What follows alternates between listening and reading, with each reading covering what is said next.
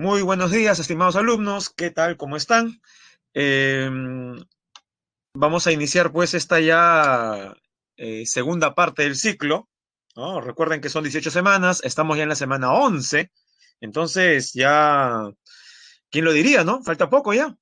Estamos a solamente menos de 2 meses, semana 11, faltan 7 semanas, menos de 2 meses de culminar el ciclo. Bien, jóvenes, como usted ya puede ver, el título, el tema es sucinto para el día de hoy. Es más, uno diría, profe, ¿verdad? Otras veces yo veo que hay una lista de conceptos que aprender. Sí, es verdad. Ahora es más simple, pero dentro de cada título hay subdivisiones. El tema principal es ecorregiones del Perú. Y como complemento, también presentaremos la otra forma de dividir el territorio nacional, la de las 8 regiones naturales. Antes que pueda haber confusión, lo más probable es que usted esté más familiarizado con cuál de las dos divisiones, la de 11 corregiones o la de 8. A ver, para saber más o menos en qué estado nos encontramos. ¿Ah? ¿Cómo está Julio? ¿Qué tal? Le decía, a ver, el Perú se divide en 11 corregiones, pero también se puede dividir en 8 regiones. ¿Cuál de esas dos divisiones es la que usted, por ejemplo, ha trabajado al menos una vez en el colegio? O las dos, ¿no? Si usted, por ejemplo, en el colegio llegó a desarrollar 11 corregiones, póngale 11 en el chat. Usted dice, no, profe, la verdad que nunca había escuchado de las 11 corregiones. Sí había escuchado hablar de la chala, la yunga, la quechua. Ya, si usted escuchó hablar de la chala, la yunga, la quechua, hasta la rupa rupa y lomagua, esa es la división en 8 regiones. Sí. Bueno, Diego nos menciona que ninguna. Renzo nos menciona lo que más o menos imaginaba, igual que Luciana, 8, ¿no? Ahí Carol nos saluda. ¿Cómo está, Carol? Sí, es verdad. Es más, yo mismo me voy a poner como referencia. Yo solamente llevé este tema una sola vez durante mis 11 años en la educación básica, los 6 años de primaria y los 5 de secundaria, el de 8 regiones. Ahora bien, profesor, ¿y cuál de los dos temas es más importante? En realidad los dos temas son importantes, pero para efectos de las preguntas que usted va a resolver, es más común que vengan preguntas de 11 ecorregiones, los rayo, ¿ya? Más preguntas le vendrían sobre 11 corregiones. Lo de 8 regiones es complementario. Para algunos dirán, profesor, pero ahí nos puede confundir. ¿Por qué no solamente hacemos 11 corregiones y las 8 regiones, que es otra forma de ir al territorio, ya cada uno lo ve por su cuenta? Sí, es verdad, pero recuerde algo. El tema de 8 regiones también viene en examen de admisión. Han preguntado sobre Chala y Yunga. Entonces, recuerda que todos tenemos por ahí un plan B o un plan C, ¿no? Lo ideal sería, pues, lograrlo con el plan A, que es en el cual estamos inmersos ahora. Pero a eso se debe que esté el tema de 8 regiones. Recuerde que hay algunos términos que se parecen. Ejemplo. En la división de 11 corregiones, escuche bien, de 11 corregiones, un lugar como Oxapampa correspondería a qué corregión. A ver, Oxapampa. ¿Por qué no también el distrito de Posuso, que está dentro de esa provincia? La provincia de Oxapampa, distrito de Posuso, ya esta zona que es muy hermosa, ya, que está en Pasco, en la Amazonía de Pasco, en la división de 11 corregiones. ¿A qué corregión pertenece? Muy bien, Anthony. A la selva alta. Así le llama Antonio Brac. ¿Cómo, profesor? Ya, tiene que familiarizarse con este persona, con este psicólogo peruano. Te lo voy a escribir. Antonio Brac, empezaría por los apellidos austriaco, alemán, seguramente. No, jóvenes. Nacido en el Perú, precisamente en la provincia de Oxapampa, pero no de Posuso, sino de Villarrica, de donde viene un buen café. Antonio Brac también le suena ¿por qué? Porque fue el primer ministro del ambiente de la historia del Perú. El MINAM se creó en el año 2008 tiene ya 12 años de creado el Ministerio del Ambiente. Es un ministerio más relativamente nuevo. Su primer ministro, ¿ah? El primer ministro de esta cartera del ambiente fue el ecólogo Antonio Brac Eg. Presentaremos en adelante, más adelante, unos 3 o 4 minutos de lo que fue su programa hasta antes de ser ministro del Ambiente. No creo que lo haya visto. Aquellos que sí, les hago recordar el nombre del programa que se emitía por la señal del canal del Estado, el canal 7, La Buena Tierra. Cuando usted tenga tiempo, correcto, especialmente en fin de semana, podría usted en YouTube colocar, ¿no? La Buena Tierra, que creo que también es el nombre de una película por ahí. Entonces, para no confundir, La Buena Tierra, Antonio Brac Eg. Y ahí va a encontrar buena cantidad de capítulos de ese programa. Muy bueno, ¿ah?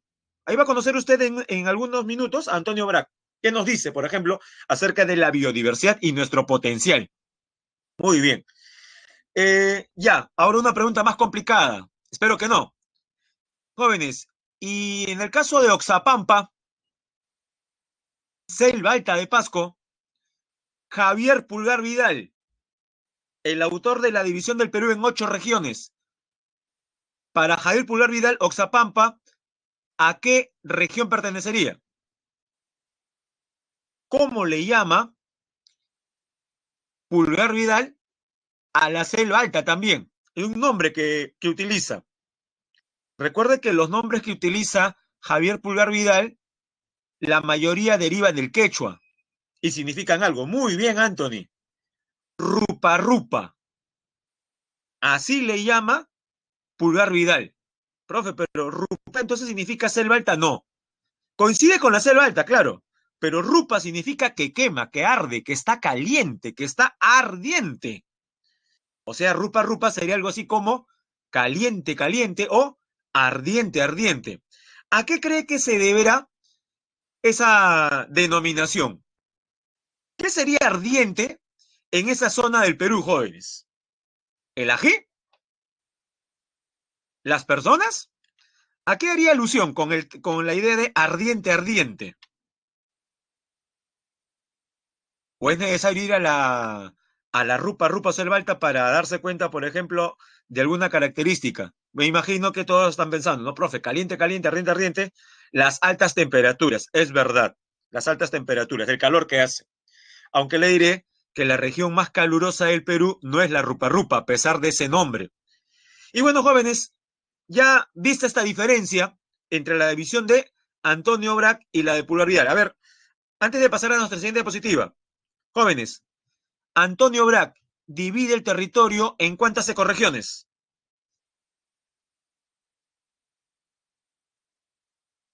Muy bien, Renzo, en 11. No confundir entonces, ¿ah? Las ecorregiones son 11. Correcto. Cambiamos. Y Pulgar Vidal divide el territorio peruano en cuántos pisos altitudinales, porque también las regiones de Pulgar Vidal se basan en altitudes, pisos. Como quien sube la cordillera, piso 1, piso 2, piso 3. Chala, Yunga, Quechua, hasta llegar a la parte más alta que es la Janca, al menos por la parte occidental. Muy bien, Oriana, muy bien, Antonio y Carla. 8. Ya. Y por último, de esas dos divisiones, ¿cuál es la más importante para efectos de resolución de preguntas que usted tiene que realizar?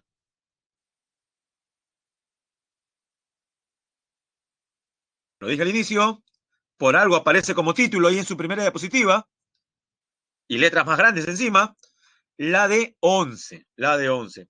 Por ejemplo, de las 4 preguntas que resolveremos, 3 son de ecorregiones y solamente una de 8 regiones. Bien, jóvenes, comenzamos con el contenido.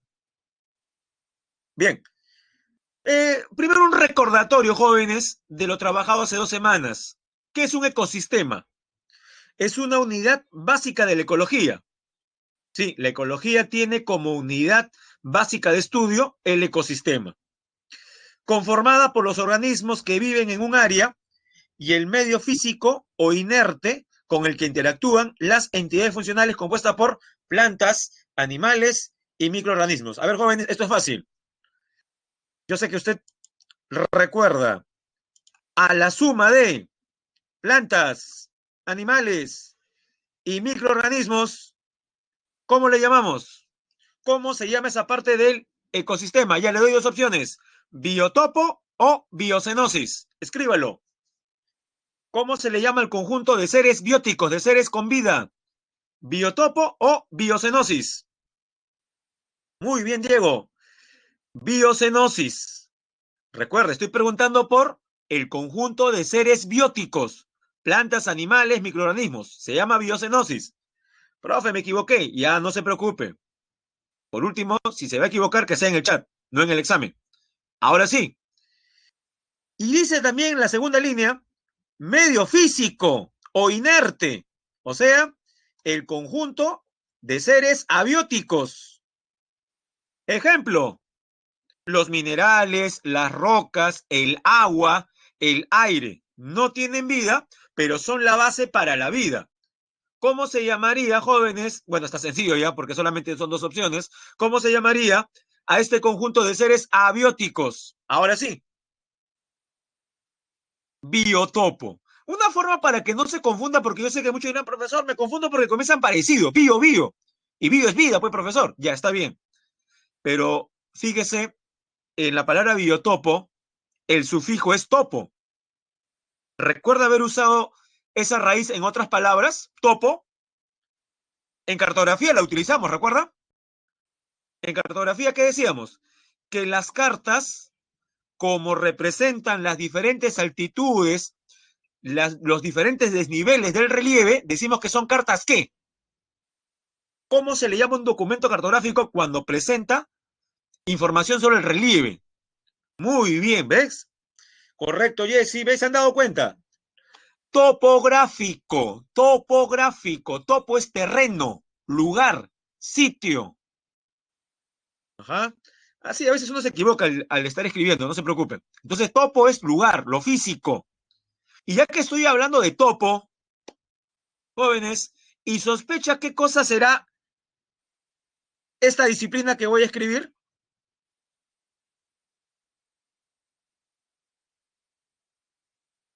¿Qué será la toponimia, jóvenes? Si topo, lugar, sitio, terreno, ¿qué será la toponimia? ¿Qué nos dice la toponimia? Profe, yo sé que topo es lugar, ¿y ahora qué hago con nimia? Ya, ese nimia, ¿usted sabe dónde lo ha visto? En homonimia, sinonimia, paronimia, antonimia. Correcto, muy bien, Anthony. Nimia es nombres, denominaciones. O sea, la toponimia nos da una idea del origen, como dice Anthony, de los nombres de los lugares. ¿Por qué un lugar se llama de tal manera? ¿Profesor obedece algo? Bueno, en el caso de los nombres puestos por los españoles, hay bastante contenido religioso. Por ejemplo, San Isidro, San Borja, San Juan, San Miguel. Ahí no hay mucho que investigar, ¿no? Pero en el caso de los nombres de lugares de origen quechua, por lo general, ese nombre quechua dice algo. A ver, profe, una que todos conocen. Rímac. Olvídese del río. Olvídese del distrito. Rímac es un término que está en quechua. ¿Qué significa en español? Rímac. Algunos se darán con alguna sorpresa y dirán, ah, ¿verdad, no? Correcto, Anthony y Diego. Igual Renzo. Rímac significa que habla. Esa es su traducción, que habla, o sea, hablador. Por eso le decimos el río Rímac, el río hablador, en realidad. Si el nombre estuviese en español, sería, no diríamos río Rímac, diríamos río que habla. Oye, estoy cruzando el río que habla. Oye, sí, ¿no? ¿Verdad? ¿Cuánto mide el río hablador? Así estaríamos hablando en realidad. Pero bueno, está en quechua, no suena de repente más bonito, ¿no? Rímac, que habla. Otra, fácil. Jóvenes, Cosco, o si quiere, Cusco. ¿Qué significa? ¿Cuál es su toponimia? Esta también es sencilla. ¿Qué representaba para los antiguos peruanos? Para los incas especialmente. Recuerda que estoy hablando por Cusco, ¿ah? No por Machu Picchu. Correcto. Cusco o Cosco significa ombligo, centro. Profe, pero en realidad el Cusco estaba en el centro, sí. En el centro de los cuatro suyos, o sea, en el centro del mundo que ellos conocían. El mundo andino, el mundo civilizado para los quechuas. Jóvenes, y podríamos seguir y seguir. ¿Ya? Ya, una más, una más. Hay una región política en el Perú cuya capital es Abancay. ¿Cómo se llama esta región política?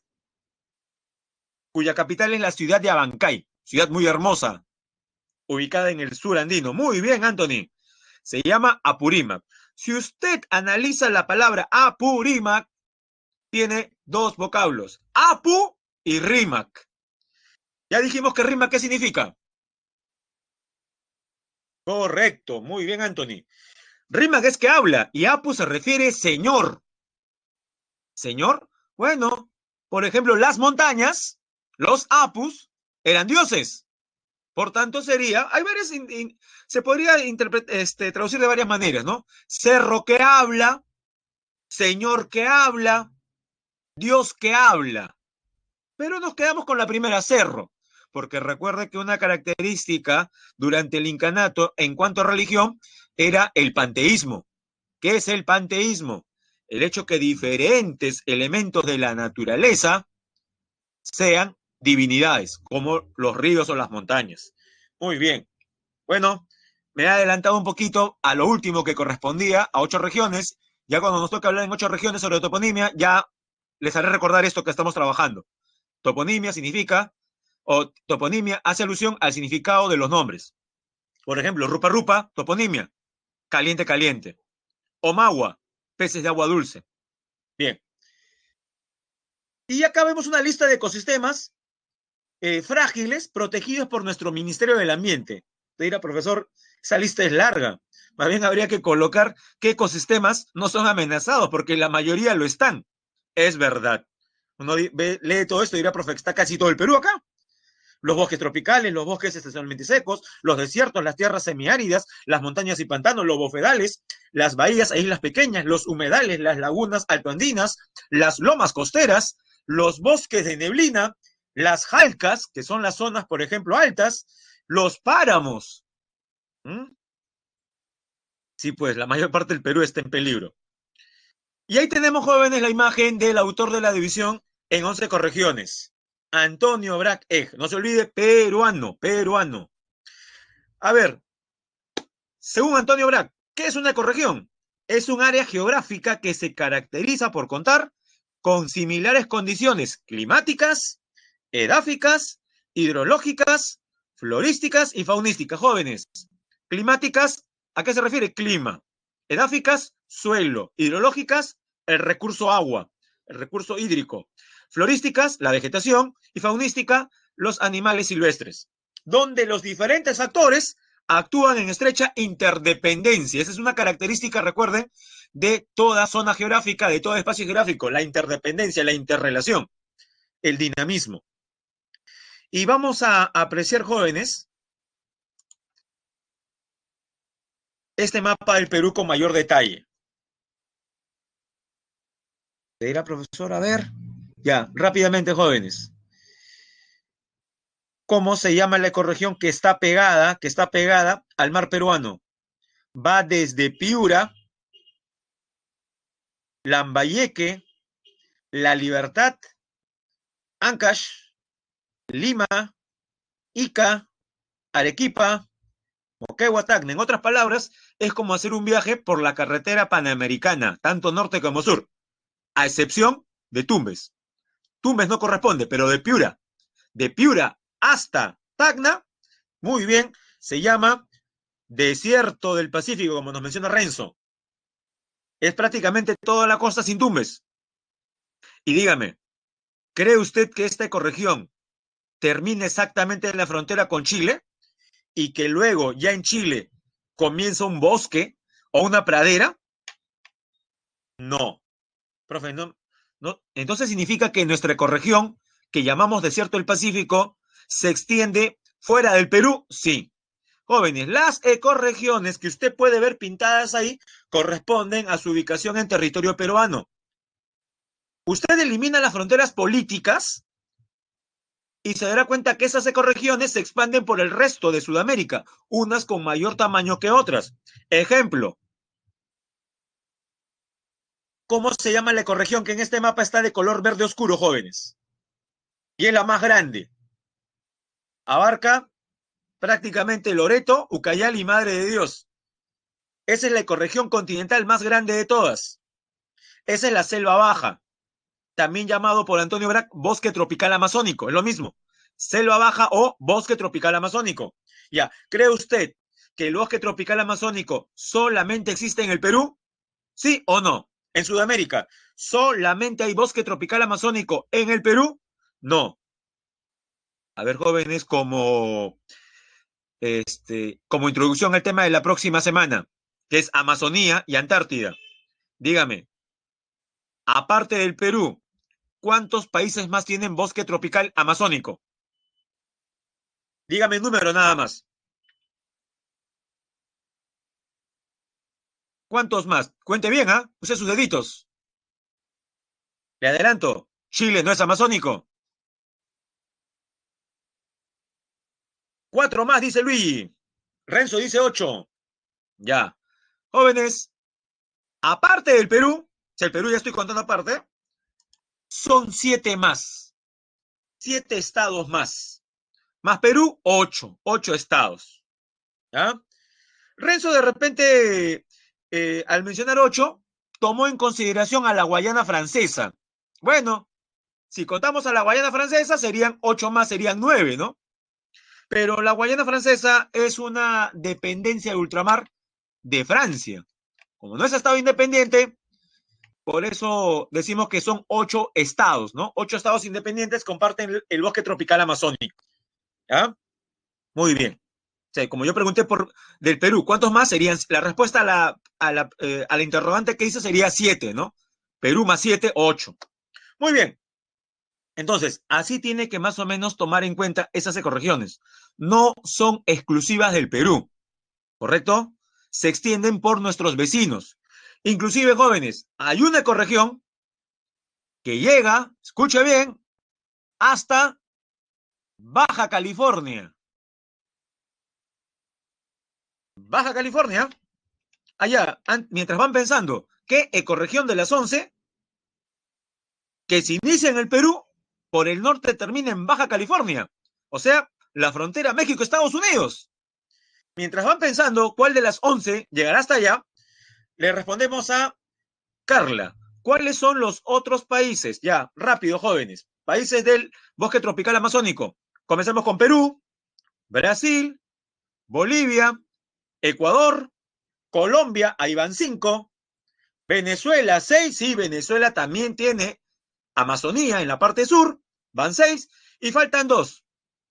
Eh, Guyana y Surinam. Esos son los 8 estados independientes que comparten selva amazónica. Guayana Francesa también tiene Amazonía, pero ya explicamos por qué la hemos excluido, porque hemos preguntado por estados, ¿no? Y Guayana Francesa no lo es. Muy bien.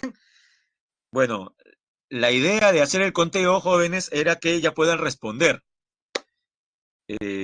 Hasta pensaría que recién está leyendo y buscando. Uy, ¿verdad? Vamos a buscar para responder. No, ya debería tener ya la respuesta en la punta de la lengua.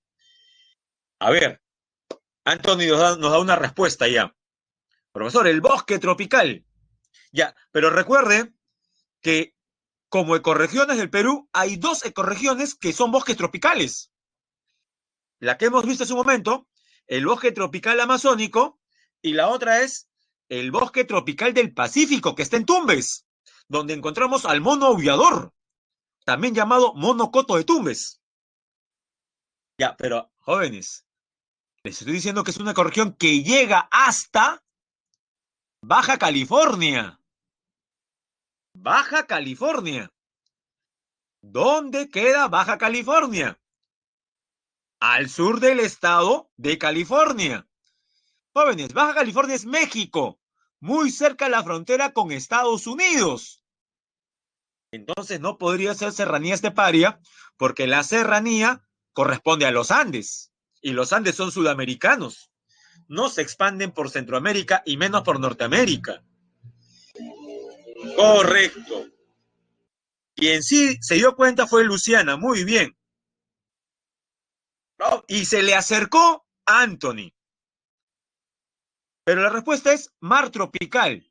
El mar tropical, usted era profe, pero yo he visto el mapa de mar tropical y es solamente un pedacito del Océano Pacífico que está frente a Tumbes y parte de Piura.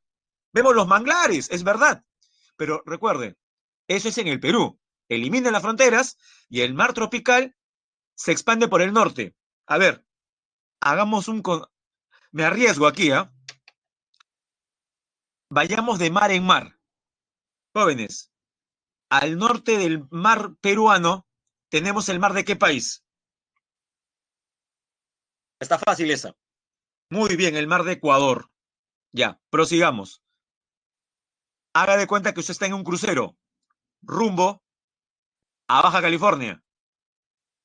Deja aguas ecuatorianas, entra a aguas ¿qué? Después, ¿qué viene?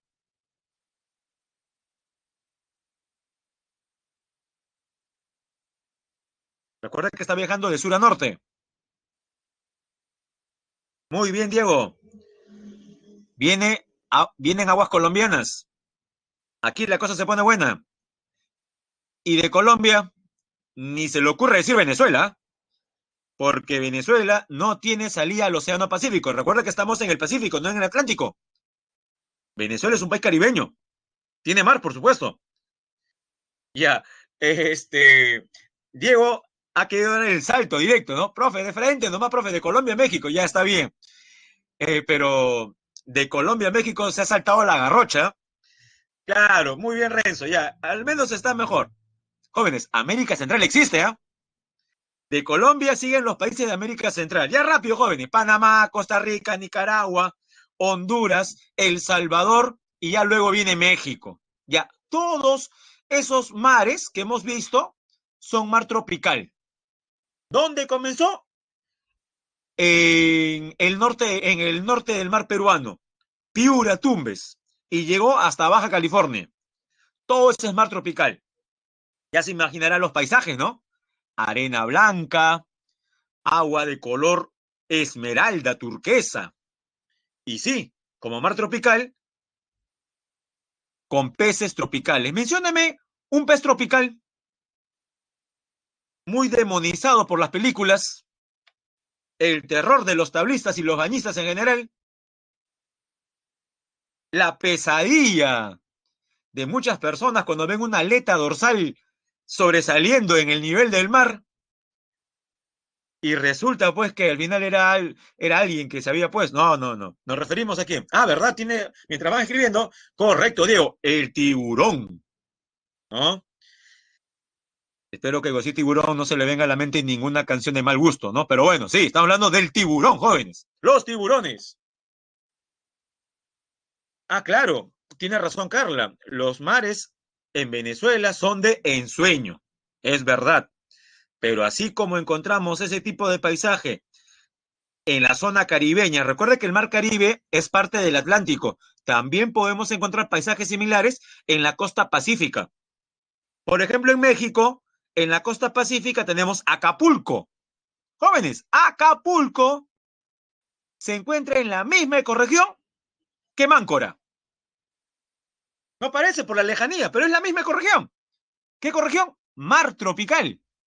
Hasta, hasta México llega el mar tropical, jóvenes. No se olvide. Ah, y pregunta Diego si en el Perú existe algo parecido. Sí, nuestras playas de Tumbes y Piura no tienen nada que envidiarle a paisajes caribeños, ¿ya? O lugares como la Riviera Maya en México. Tenemos Punta Sal, eh, Cabo Blanco, Zorritos, Lobitos, Puerto Pizarro. Y claro está, el más famoso, Máncora. Máncora es el más famoso, pero otro lugar interesante, jóvenes, es el balneario tumbesino de Punta Sal. También es bonito. Bien, jóvenes, miren, estamos usando bastante su imaginación y eso que todavía no hemos presentado muchas imágenes. Al menos que nos queda, no ser turistas virtuales. Bien, jóvenes, ahora sí, pasamos a hablar de cada ecorregión. Comenzamos. Profe, ya habló del mar tropical, pero hablemos de lo contrario. El mar frío de la corriente peruana. La mayor parte del mar de Grau es mar frío. Las causas, fenómeno de afloramiento y la presencia de una corriente que viene desde el centro del mar de Chile. Tiene procedencia subantártica, nos referimos a la corriente peruana, también denominada corriente de Humboldt, transporta aguas frías. Subrayamos, ¿desde dónde se extiende esta ecorregión? Desde los 5 grados latitud sur hasta el centro de Chile.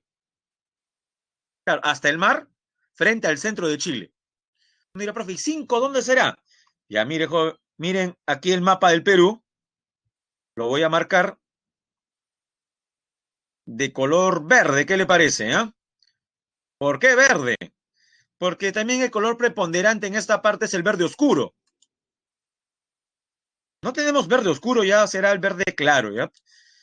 Ya, jóvenes, todo hasta acá. Todo esto que estoy marcando en el mapa es el mar frío. En el Perú termina frente a Tacna, pero como hemos leído, llega hasta la parte central del mar de Chile.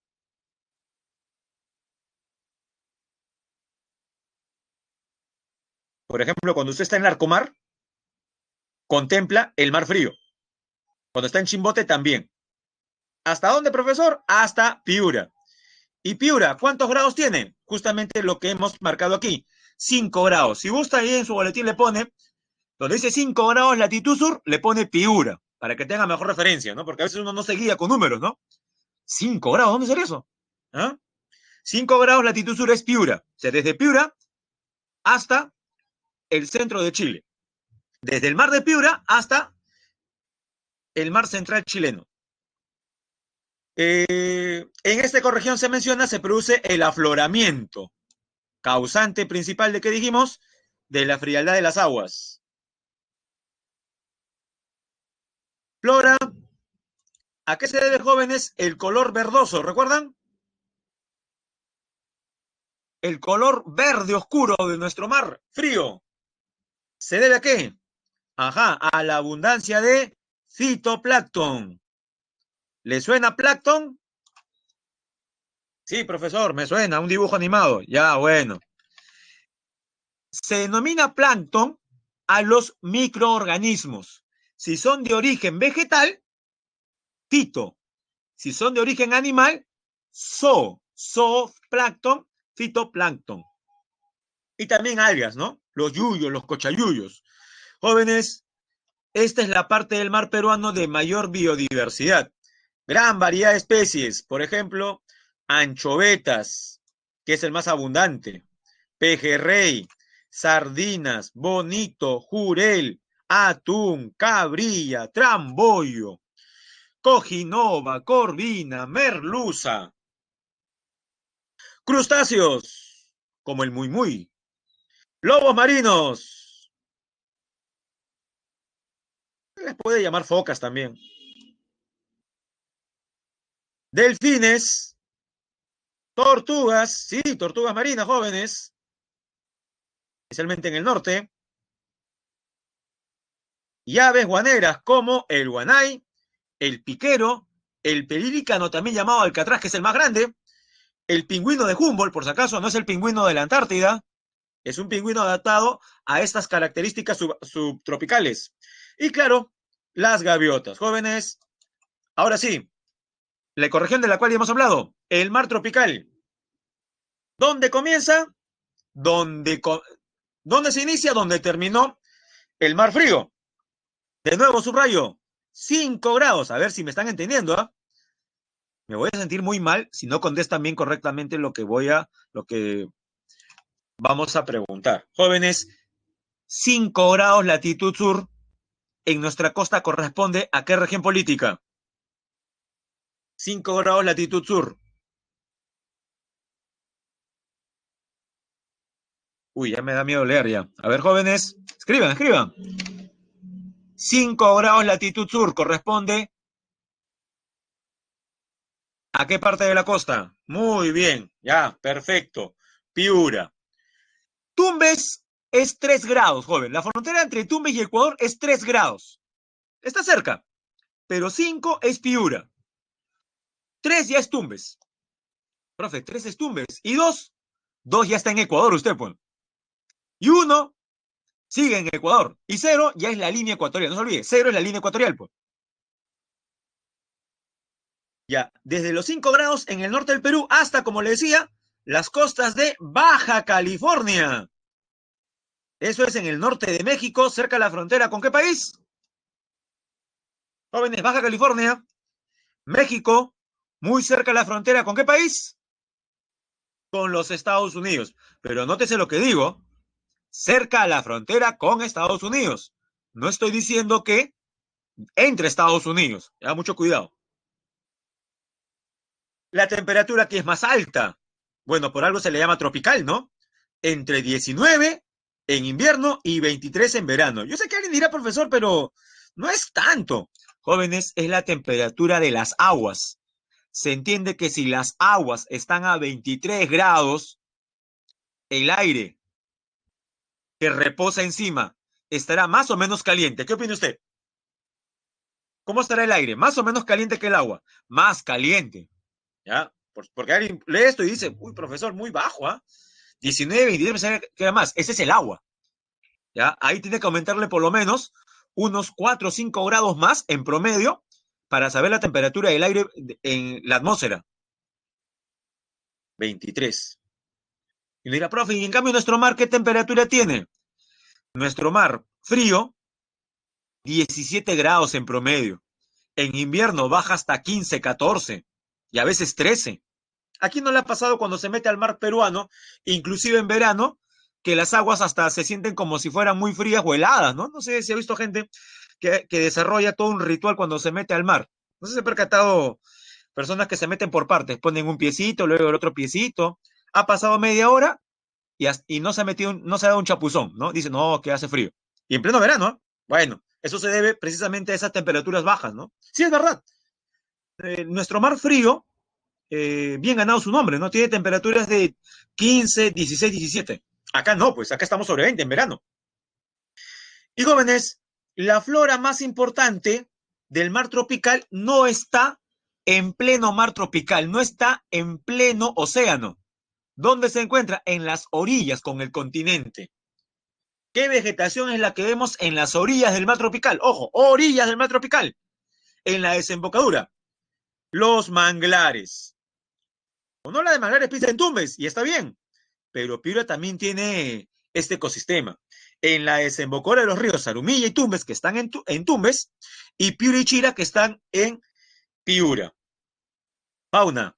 Aquí cambiamos, jóvenes, de la anchoveta y sardina, pasamos al pez espada, al merlín, que se le parece, al barrilete, al dorado y el atún también. Profe, ¿y los tiburones? Bueno, el pez espada está emparentado con los tiburones. Otra especie que es muy parecida al tiburón aquí es la tintoreta. He escuchado a algunos biólogos decir que en realidad tiburón es un término muy amplio y elástico, donde podrían entrar un montón de animalitos que en realidad sí conocemos. Y si nos vamos por ese lado, jóvenes, podríamos llegar a decir entonces, sí, escuche bien, que usted ha comido un tiburón, al menos una vez en su vida. Era, no, profe, imposible, yo no he comido tiburón. A ver, ¿quién se da cuenta? ¿Cuál es el nombre comercial que le damos a un tiburón que comemos, por ejemplo, bastante en la costa peruana?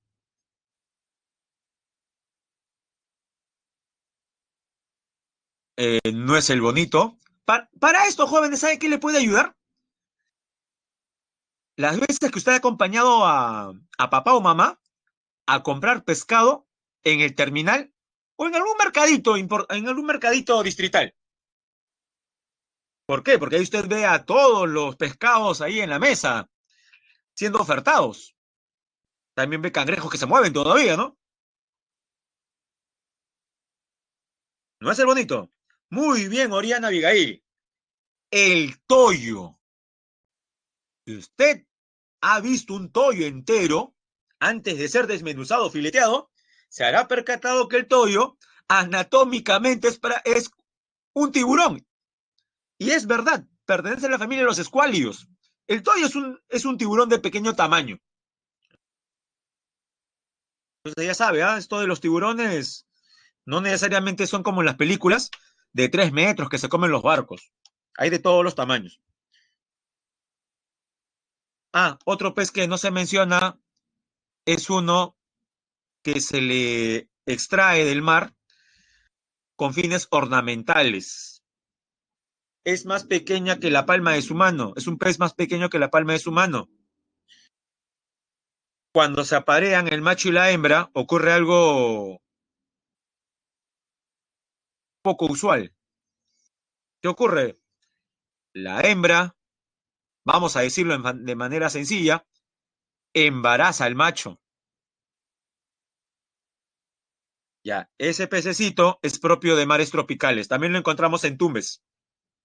Correcto. El caballito de mar también. Si gusta, le agrega, ¿no? El caballito de mar. No va a encontrar caballitos de mar frente a Lima ni frente a Ancash, pero sí lo puede encontrar frente a Tumbes, mar tropical. Reptiles. El cocodrilo de Tumbes. Y tortugas. Aves, el ave fragata, que es la que puede ver en la foto. Profe, yo no veo nada. Bueno, ahí ve eh, el ave fragata con el pecho, el buche, por así llamarlo, inflamado de color rojo. El ave tijera también. Crustáceos, langostas, ojo, no langostinos, sino langostas. Estos son de gran tamaño, más grande, algunos son más grandes que su brazo. Langosta, cangrejo, cangrejos en realidad hay varios tipos de cangrejos, langostinos más pequeños, las famosas conchas negras de Tumbes.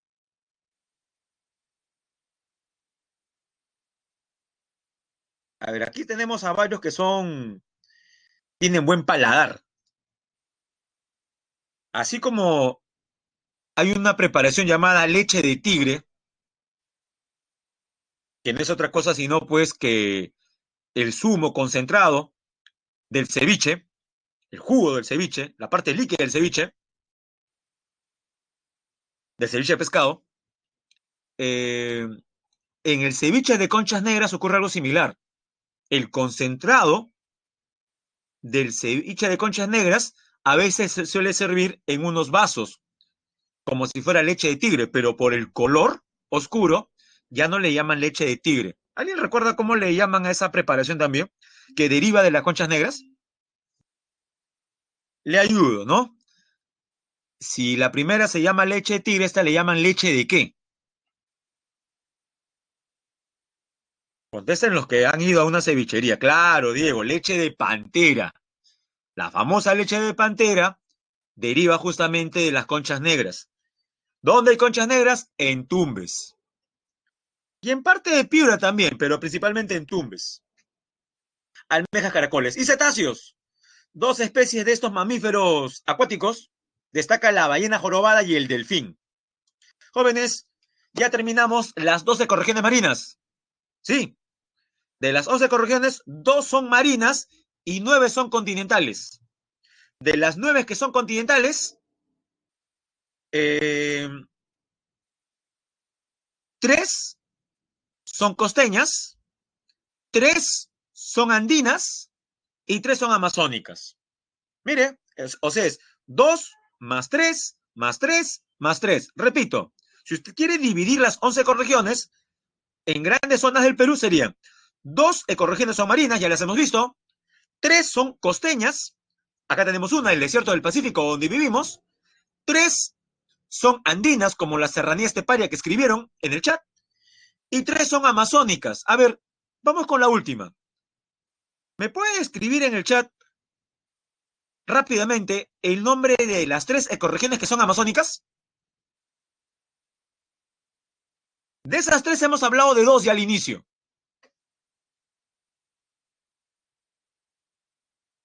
La Amazonía tiene 3 ecorregiones. ¿Cuáles son?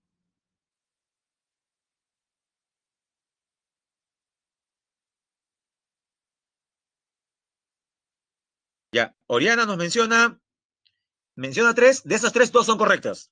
La selva alta, la selva baja. Pero recuerde, la Puna está por encima de 4.000 metros. Y como la Puna está por encima de 4.000, sería una ecorregión andina. Ajá, muy bien. Ya es correcto.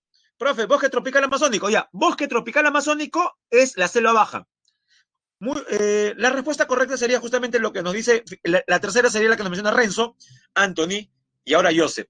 La sabana de palmeras. Las 3 ecorregiones amazónicas son la selva alta, la selva baja, también llamada bosque tropical amazónico, y la sabana de palmeras. No se olvide, es una ecorregión poco estudiada. Y verdad, es pequeña. Hablemos de la ecorregión que nosotros mejor conocemos porque vivimos en ella. Desierto del Pacífico. ¿Dónde comienza? De nuevo, jóvenes. Subrayamos. Que dice 5 grados latitud sur, o sea, Piura. Hasta los 27 grados latitud sur. Norte de Chile. Vale decir, hasta el mismísimo desierto de Atacama. Atacama y Lima pertenecen a la misma ecorregión. Desierto del Pacífico. Clima, ya lo sabe, semicálido, muy seco, esto lo hemos visto en climas, semicálido, muy seco. No se olvide que en la selva alta tiene un nombre parecido, pero en realidad totalmente opuesto. En la selva alta es semicálido, muy húmedo. Aquí es semicálido, muy seco, o también desértico.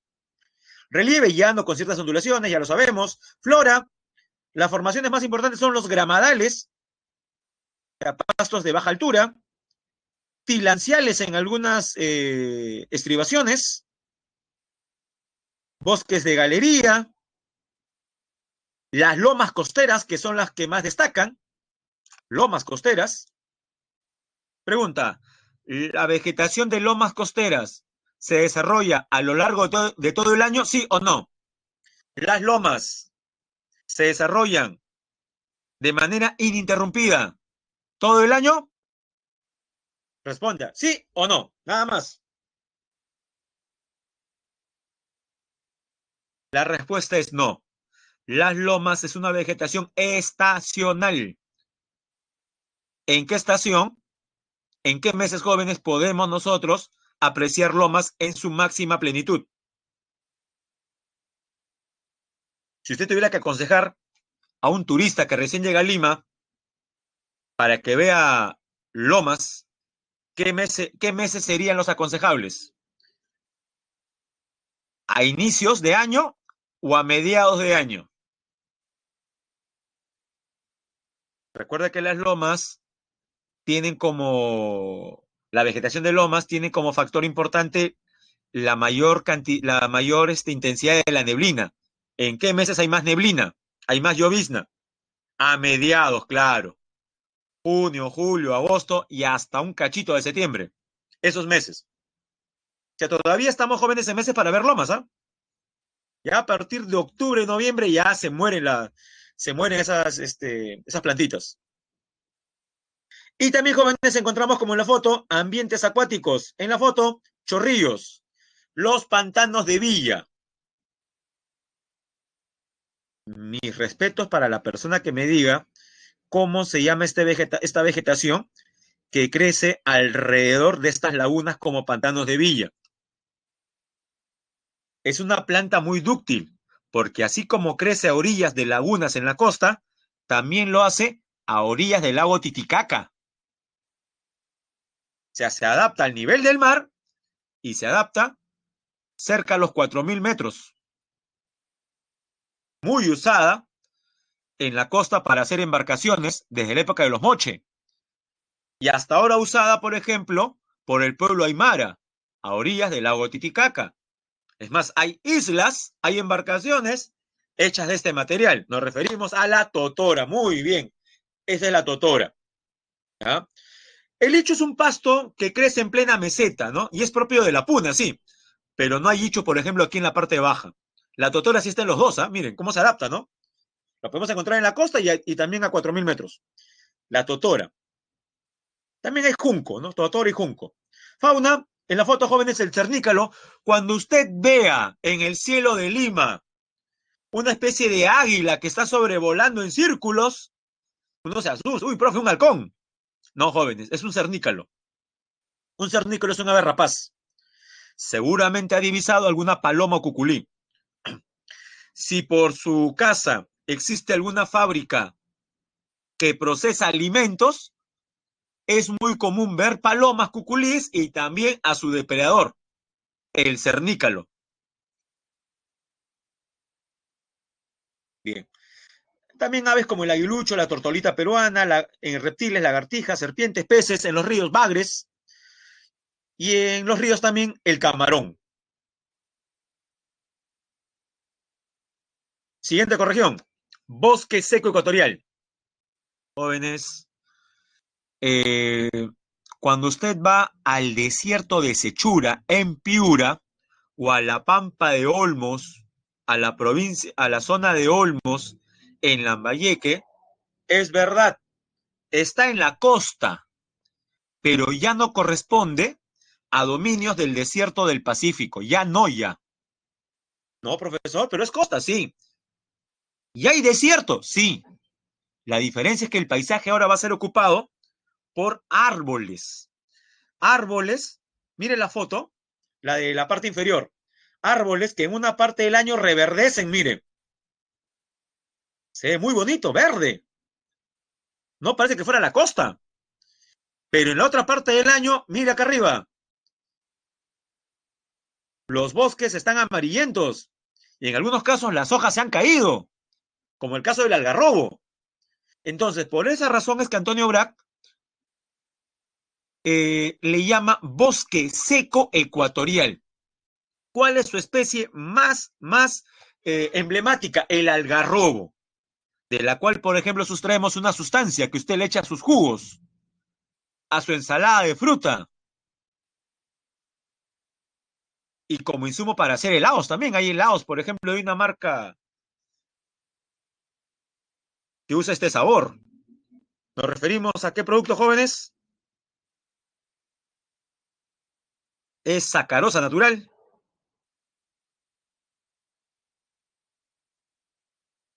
Correcto, nos referimos a la algarrobina, por supuesto. La algarrobina justamente deriva del algarrobo.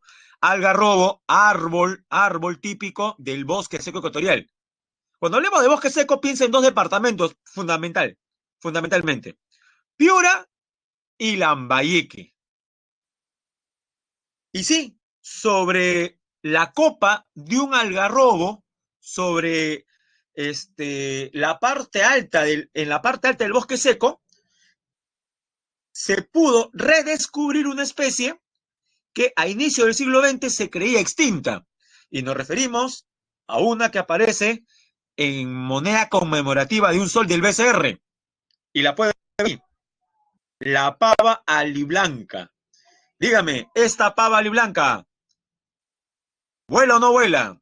¿O es como nuestro pavo navideño que de tanto que le hemos de comer ya no vuela ya?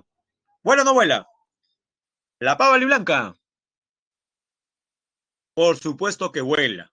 Por supuesto que vuela. Además, no pesa igual que nuestro pavo navideño. A ver, bueno, casi le digo, a ver, lance un pavo navideño del tercer piso. No, no, no. Mejor no le doy ideas. Pero su pavo que cría para Navidad no puede volar, ¿no? A lo mucho saltará, intentará volar si es que las alas no, parte de las alas no han sido, las plumas no han sido cortadas, pero no puede volar, también por el peso, esta sí puede volar, ¿ya? Y también tenemos en los árboles el oso hormiguero. Muy bien. Última corregión costeña, bosque tropical del Pacífico. Cuando pregunté qué corregión llegaba hasta Baja California, Se respondió también bosque tropical del Pacífico, cerca. El bosque tropical del Pacífico llega hasta el sur de México, abarca Centroamérica y llega hasta el sur de México. Ese bosque tropical del Pacífico. ¿Dónde comienza? En Tumbes. Y mira, ni siquiera es todo Tumbes, es un pedacito de Tumbes nada más, conocido como el Caucho. Lo voy a subrayar aquí. Tumbes, el Caucho. Y llega hasta América Central, no se olvide. Flora, bosque denso de árboles. Parece que estuviera en la selva amazónica. Árboles que superan los 30 metros de altura. Algunos de estos árboles, inclusive, también los pueden encontrar en la selva. Especies más conocidas: higuerón, cedro, que también está en la selva, guayacán, gualtaco, palo balsa, ceibo, que lo vimos hace un momento. En la foto el palo balsa, el palo de balsa. Se llama así porque se usa justamente como remo. Fauna, aquí encontramos al mono coto de Tumbes, también llamado mono aullador, está en la foto. Hay sajinos y el oso hormiguero. Jóvenes, ¿se ha percatado de algo? Estos tres animales, mono coto, sajino, que es un chanchito salvaje, y el oso hormiguero, tienen origen de qué zona del Perú, de dónde son propios. Es verdad, están en la costa de Tumbes, están en el bosque tropical Amazon, en el bosque tropical del Pacífico, que es costa, pero su origen no es costeño. Llegaron a la costa. ¿De dónde vienen? Correcto, vienen de la selva. Subrayamos en fauna, dice, es de origen amazónico. Los animales son de origen amazónico. También está el jaguar, se me está olvidando. Jaguar, sí, el otorongo. ¿Y cómo llegaron a Tumbes? Si hay una cordillera de los Andes que los separa. Es que recuerde que los Andes en el norte son de menor altitud y hay unos relieves que me sirven para pasar de un lugar a otro. A ver, recordemos nuestra clase de relieve peruano. ¿Cómo se llaman los relieves que permiten pasar de un lugar a otro? No solamente no solamente para los ferrocarriles y los autos jóvenes o los humanos, sino también a los animales. Se forman por erosión glaciar. Puede colocar cualquiera de los nombres. Muy bien, pasos o abras. Pasos o abras, sí. Especialmente el paso de Porcuya. El paso de Porcuya permitió a estos animales de Tumbes, Piura y Lambayeque cruzar justamente hasta esta parte. Ya sabe, ¿eh? Los animales de origen amazónico, tanto del bosque seco como del bosque tropical del Pacífico, tienen origen justamente de este lugar, la Amazonía, porque cruzaron el paso de Porcuya hace muchísimo tiempo. Comenzamos con la sierra, Serranía Esteparia. En el mapa ve la parte pintada de rojo, ¿no? Entre 1000 y 3800, 4000 metros sobre el nivel del mar. De 1000 a 4000, vamos a decirle, ¿ya? Clima templado subhúmedo, hasta 3000, y por encima de 3000 frío. Relieve, destacan los valles interandinos. Flora, en las partes bajas estepas, cactus. En la parte media, bosque ralo, cantuta, la más importante, el guanarpo, los pajonales. Y en las partes altas, pastos, como las gramíneas en general. Ejemplo, el ichu. Igual en la parte media, ¿no? Pajonales. Ahí puede ver la foto, la imagen de la flor de la cantuta, la flor sagrada de los incas, ¿no?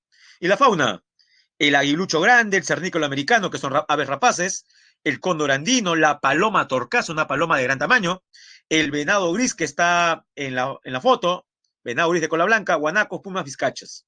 No se olvide, la serranía va de 1000 a 4000. Y de 4000 para arriba, jóvenes, de 4000 para arriba, la Puna y los Altos Andes. Clima, frígido, hasta 5000 es frígido. De 5000 para arriba, gélido. Relieve, mesetas. Lo que más destaca son las mesetas. Mesetas y también zonas escarpadas como las cordilleras.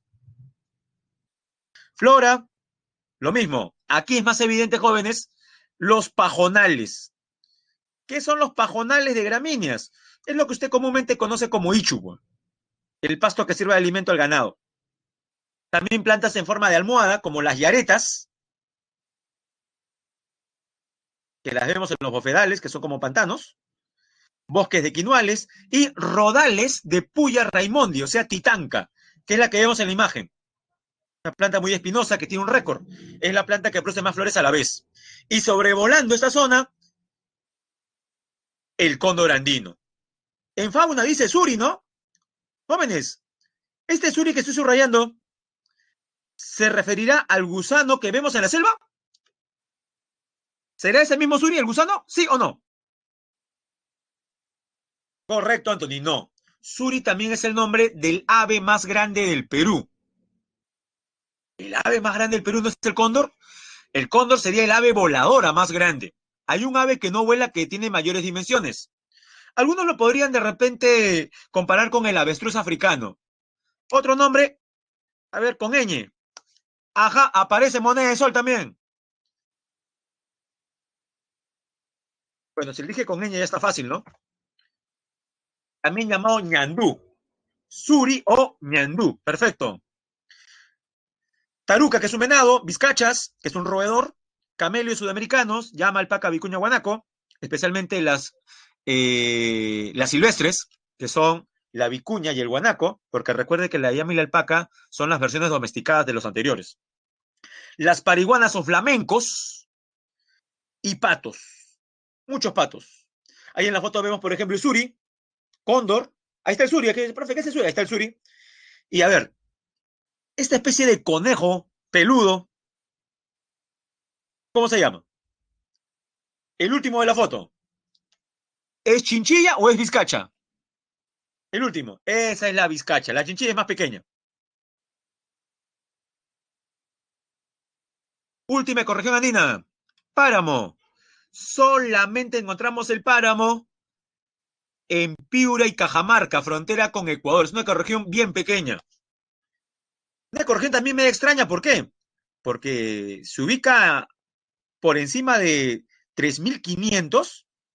Su clima es frío, eso nos sorprende, pero presenta bastante humedad. Uno se pregunta, profe, pero si estamos a 3.500 metros, el aire debería ser seco. ¿Por qué es muy húmedo? Bueno, lo que le dije hace un momento, los Andes en el norte tienen menor altitud y eso permite, por ejemplo, que la humedad de la Amazonía pueda trasvasar hasta esta zona. Muchos por eso le llaman al páramo algo así como puna tropical. Puna por la altitud y tropical por la humedad. Pero su nombre es páramo. Tiene muchos animalitos, por ejemplo, mire, perdiz, búho del páramo, cóndor andino, cernícalo americano, zorro del páramo, osos de anteojo como en la foto, tapir de montaña, sí, hay un tapir peludo acá. No me refiero al otro tapira, y cuando digo el otro tapir me refiero al tapir amazónico Sachavaca. ¿Ah? Venado colorado del páramo, conejo silvestre, ranas, muchos animales, ¿ah? Y la flora también, orquídeas por encima de 3.000 metros sobre el nivel del mar es bien raro, pero hay orquídeas. No se olvide, solamente la encontramos en Piura y Cajamarca. Y jóvenes, sobre las selva alta y selva baja creo que podemos pasar porque hemos hablado bastante al inicio. Selva alta, ¿no? La encontramos en la vertiente oriental de los Andes. Y por el lado occidental vemos un pedacito de selva alta en las partes altas de los ríos Jequetepeque, Saña, La Leche, Chiripiura. Sí, o sea, en la vertiente del Pacífico hay zonas donde también tenemos un pedacito de selva alta. O sea, estamos hablando de Piura, eh, y zonas de Cajamarca. Hay tres zonas, bosque de lluvia, bosque de neblina, bosque enano. La flora, eh, bueno, las plantas ya las conoce, higuerón, cedro, roble, cacao, orquídea. Y fauna, rica en endemismo. Endemismo significa que encontramos animales que solamente viven ahí. Por ejemplo, el mono choro de cola amarilla, el ave nacional, jóvenes, el tunqui o gallito de las rocas. Y aquí puede ver, a ver, la última, jóvenes, corresponde a qué animalito. Cuando se ve amenazado, se mete a su madriguera, a su hoyo. Si no hay madriguera u hoyo, se enrosca como si fuera una bolita. Hasta pensaría que es una pokebola, pero no lo es, jóvenes. Nos referimos al armadillo, que en algunas partes del Perú llaman carachupa a veces también. Tiene varios nombres este animal. ese le llaman carachupa al armadillo. Es muy cotizado, lastimosamente, ¿no? Muy pedido por la casa ilegal. Bosque tropical amazónico en la selva alta es la región más grande. Mira el relieve, se forman meandros. A ver, en las fotos, puede ver el perezoso. Mire, un perezoso mirándolo fijamente usted. El otorongo o jaguar y los guacamayos. Y las flores heterogéneas. No se olvide el clima, cálido, tropical, húmedo y lluvioso. Cosa distinta ocurre ¿dónde? Cosa distinta ocurre en la sabana de Palmeras, que es un pedacito de Madre de Dios, frontera con Bolivia. Como sabana que es, recuerde cuando vimos el tema de biomas, tiene dos partes bien marcadas, cálido y húmedo, es una parte lluviosa y la otra seca. No se olviden, en la sabana tenemos dos periodos bien marcados, estación lluviosa, estación seca. Localización se ubica, bueno, aquí en el mapa hemos pintado todo Madre de Dios, pero tenga cuidado, no es todo Madre de Dios, es un pedazo de Madre de Dios frontera con Bolivia. Relieve, como sabana, predomina la llanura y la flora. Subrayamos. Destaca una palmera, la palmera más emblemática de la selva. ¿Cómo se llama? Aguaje. Así también le llamamos a su fruto, ¿no? El aguaje. Y de ahí deriva también el nombre de un refresco en base al aguaje. De repente lo ha probado. Aguajina. Árboles como el guasaí, el tahuarí y el pajonal de la pampa. O sea, aquí crece un pasto. No es ichu, por si acaso, pero por color se le parece, es amarillento también. Y en esta zona encontramos miren, tres animales endémicos. La foto, el tucán gigante,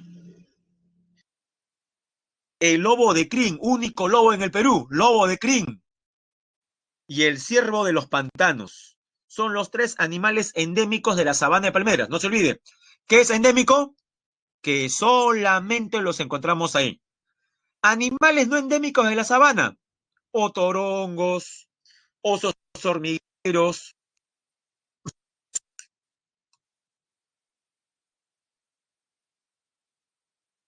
Ya, y le dije que no podíamos terminar sin mencionar, por ejemplo, a Antonio Brac para que lo conozca, ¿no? Al menos, si nunca lo escuchó, ahora lo puede hacer.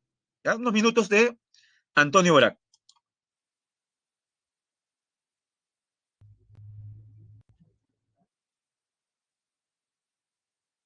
A ver,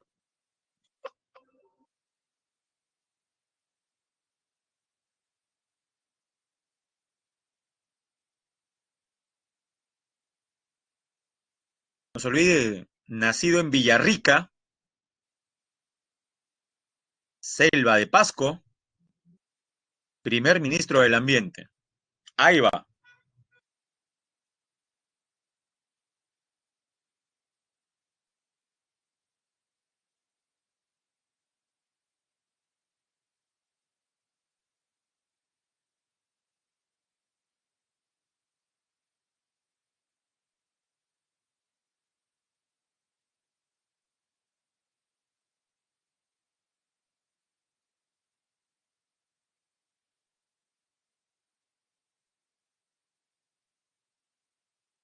Escuche muy bien los datos que nos va a dar el, el maestro Antonio Brac.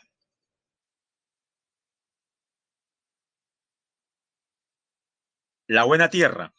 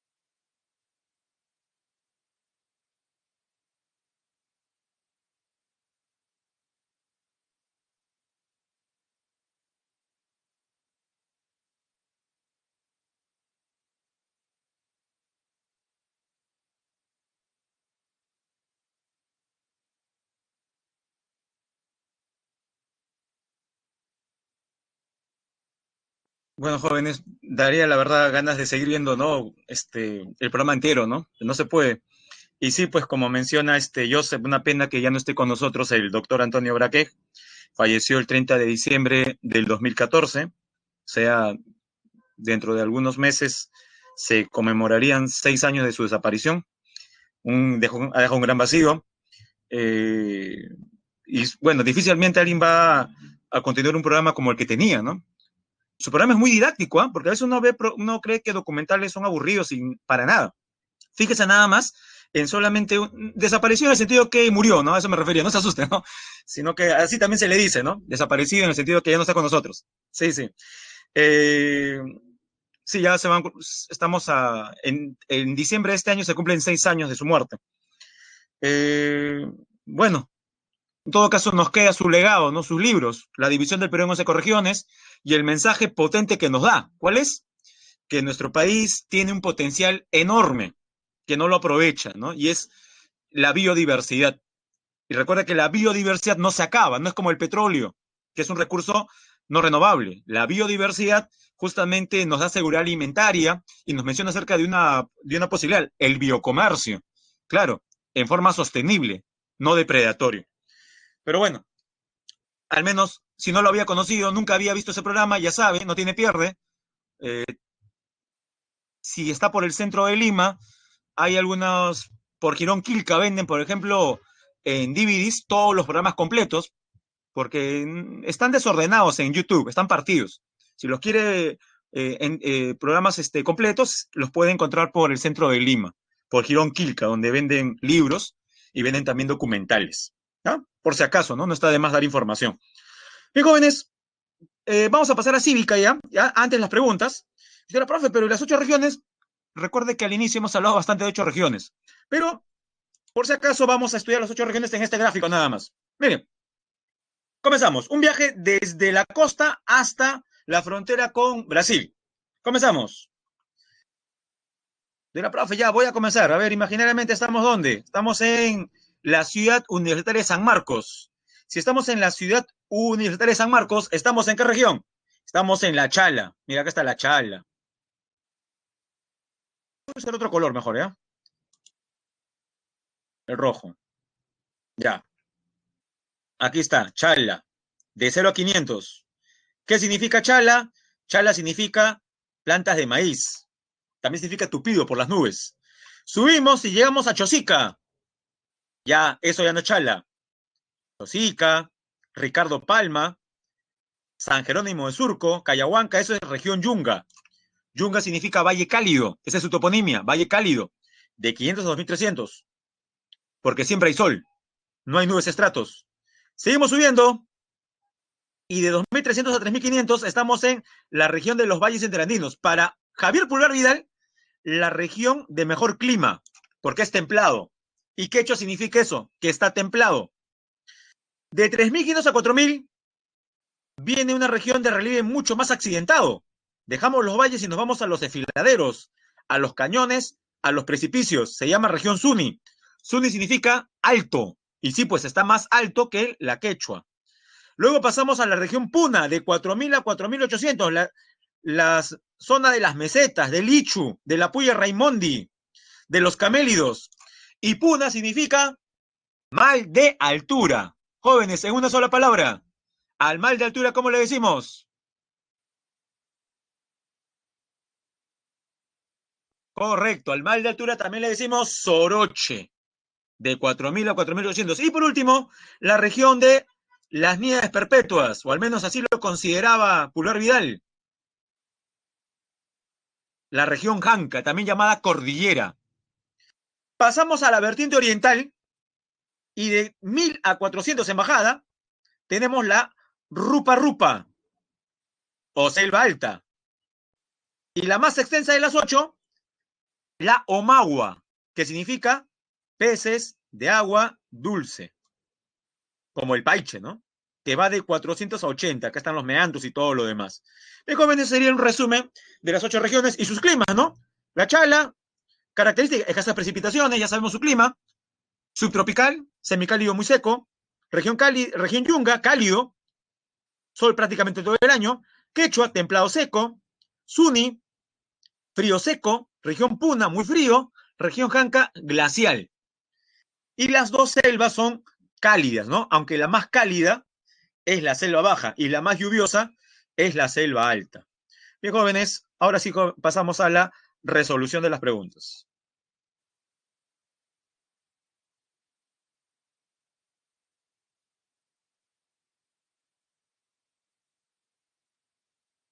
Y ahí vienen paisajes, ¿no? Ahí está la Chala, puede ver Lima, Yunga, Chosica, Quecho, el Valle del Mantaro, en Junín, Suni, Ojalca, la ciudad de Puno, a orillas del lago Titicaca, ejemplo de la región Puna, Cerro de Pasco, ejemplo de la región Janca, cuando vimos, por ejemplo, el tema de climas, ahí está la Rinconada en Puno, que le decía, más de 5.000 metros sobre el nivel del mar, la Rinconada en Puno, la ciudad para muchos más alta del mundo. Rupa Rupa, ahí está Posuso, de la cual hemos hablado bastante, Selva Alta de Pasco, y Omagua o Selva Baja, tenemos Belén. ¿Dónde queda Belén? Es una zona de Iquitos. Algunos le llaman la Venecia peruana. ¿Sospecha usted mirando la foto por qué algunos le llaman a Belén en Iquitos la Venecia peruana? ¿Nada? Venecia peruana. ¿Qué caracterizan a las vías en Venecia, jóvenes? Que no hay pista firmada, ¿no? ¿Qué tenemos en vez de pistas? Tenemos canales. Ajá, ya, lo mismo pasa con Belén. En Belén, por el aumento del nivel de las aguas del río Nanay, ¿no? Que es un afluente del Amazonas, las casas, por ejemplo, no están a ras de suelo, sino estarían inundadas. Las casas están construidas sobre palafitos, sobre pilares, y las personas prácticamente viven como en islas. Eso es Belén. Claves. Pregunta 1, ¿qué ha marcado? Dice, el bosque seco ecuatorial, eso es Piura y Lambayeque. El bosque tropical del Pacífico, eso es solamente Tumbes. Son ecorregiones ubicadas en el norte del Perú. De lo mencionado, identifique las proposiciones relacionadas con estos ecosistemas. A ver, con estos ecosistemas. La primera, albergan, dice ahí, albergan una fauna de origen amazónico que llegaron por el paso de Porcuya. Eso es verdadero. ¿Ah? La ecorregión es la ecorregión más extensa, o sea, se refiere al bosque seco, abarca hasta la zona seca del Valle del Marañón. ¿Mm? La ecorregión más extensa abarca hasta la zona seca del Valle del Marañón. También sería correcto, ¿sí? Abarca el Valle del Marañón, es verdad, el bosque seco.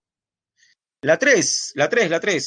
La vegetación predominante en ambas son el algarrobo, el porotillo, el hualtaco y el zapote falso. Esta, en todo caso, es en el bosque seco, más no en el bosque tropical. Esta es falsa. El algarrobo lo encontramos no en los dos, sino solamente en el bosque seco.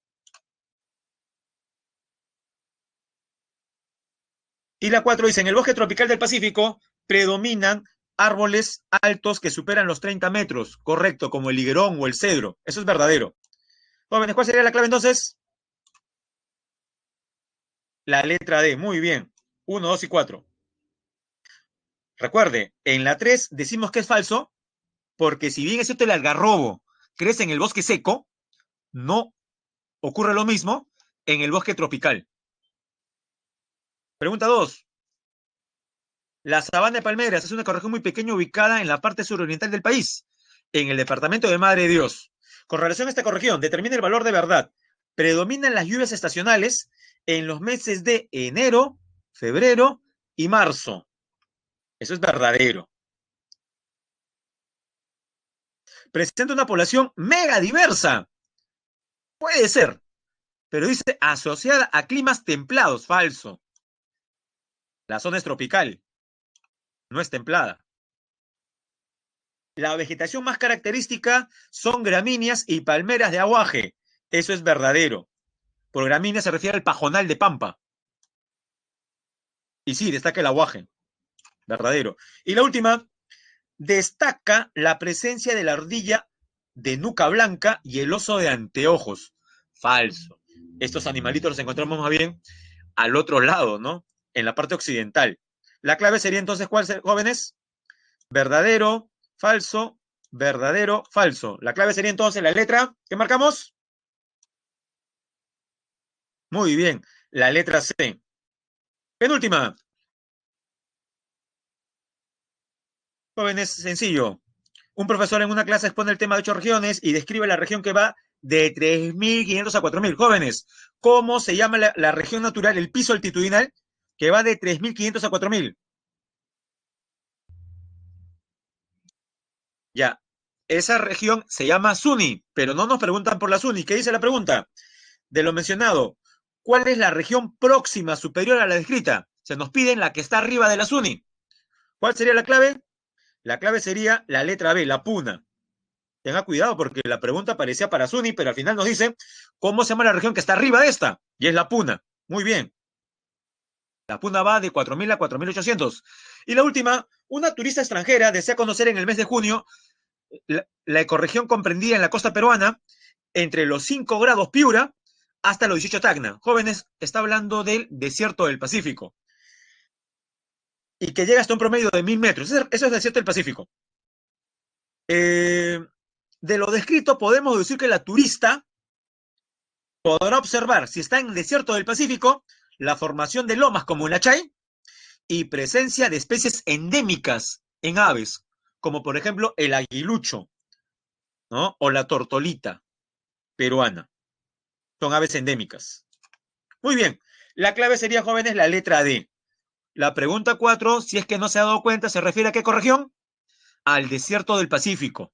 Son sus características y en esta hay vegetación de lomas y aves endémicas. Perfecto. Ahora sí,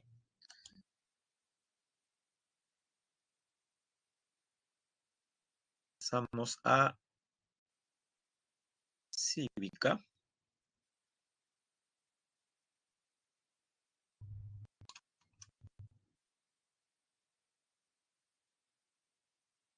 En cívica, jóvenes, ya sabe más o menos el tenor. Le dije yo que de aquí en adelante íbamos a ver estructura del Estado peruano. Lo de la semana pasada fue la presentación.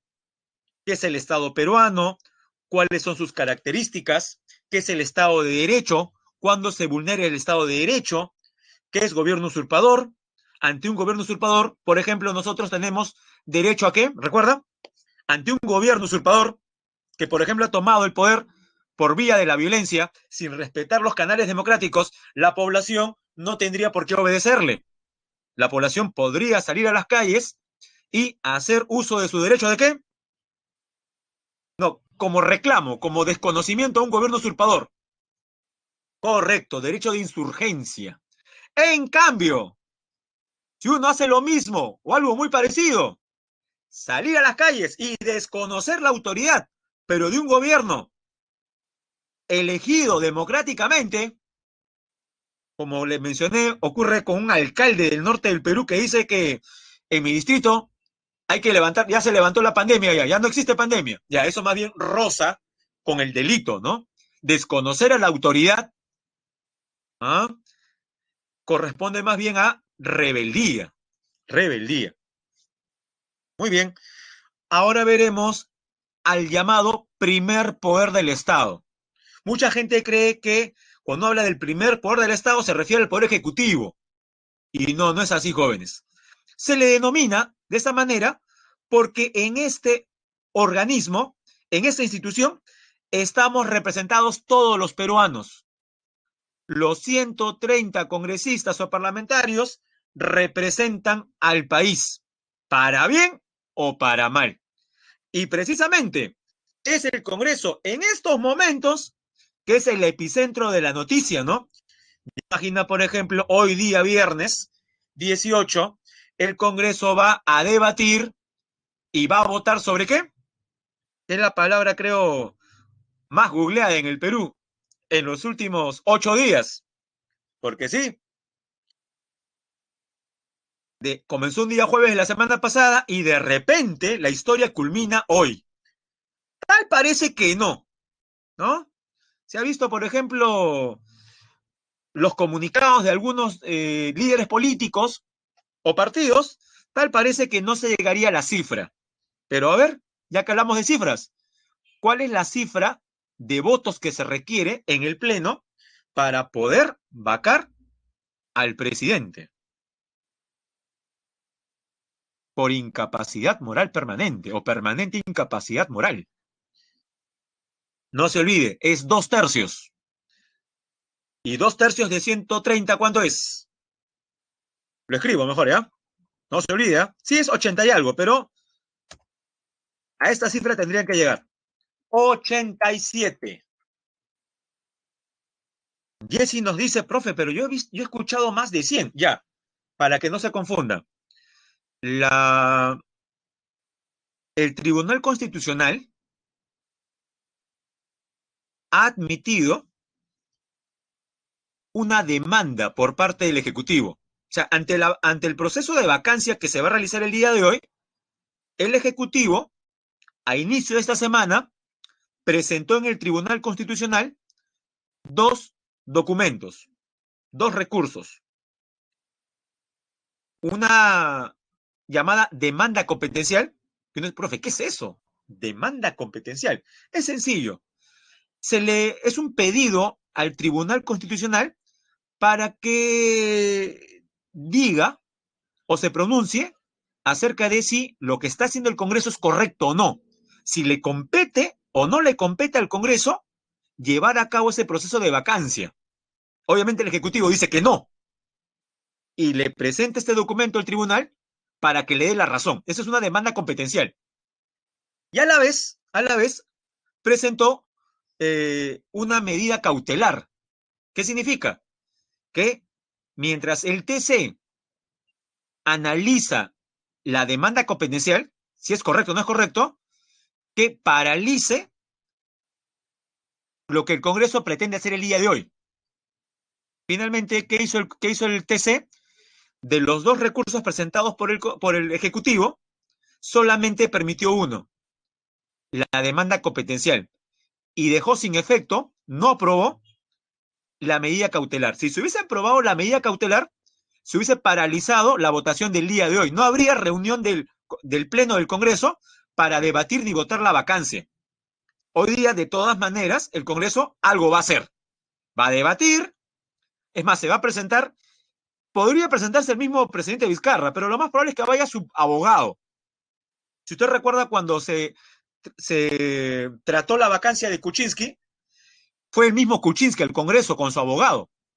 Aquí parece que Vizcarra no, que el presidente Vizcarra no va a ir y en cambio sí va a hacer el uso de la palabra en la defensa respectiva su abogado. Bueno, eso es lo que habría que decir porque tiene que ver con el tema bastante. Y a la respuesta de Jesse, lo que el Tribunal Constitucional está analizando es que para el futuro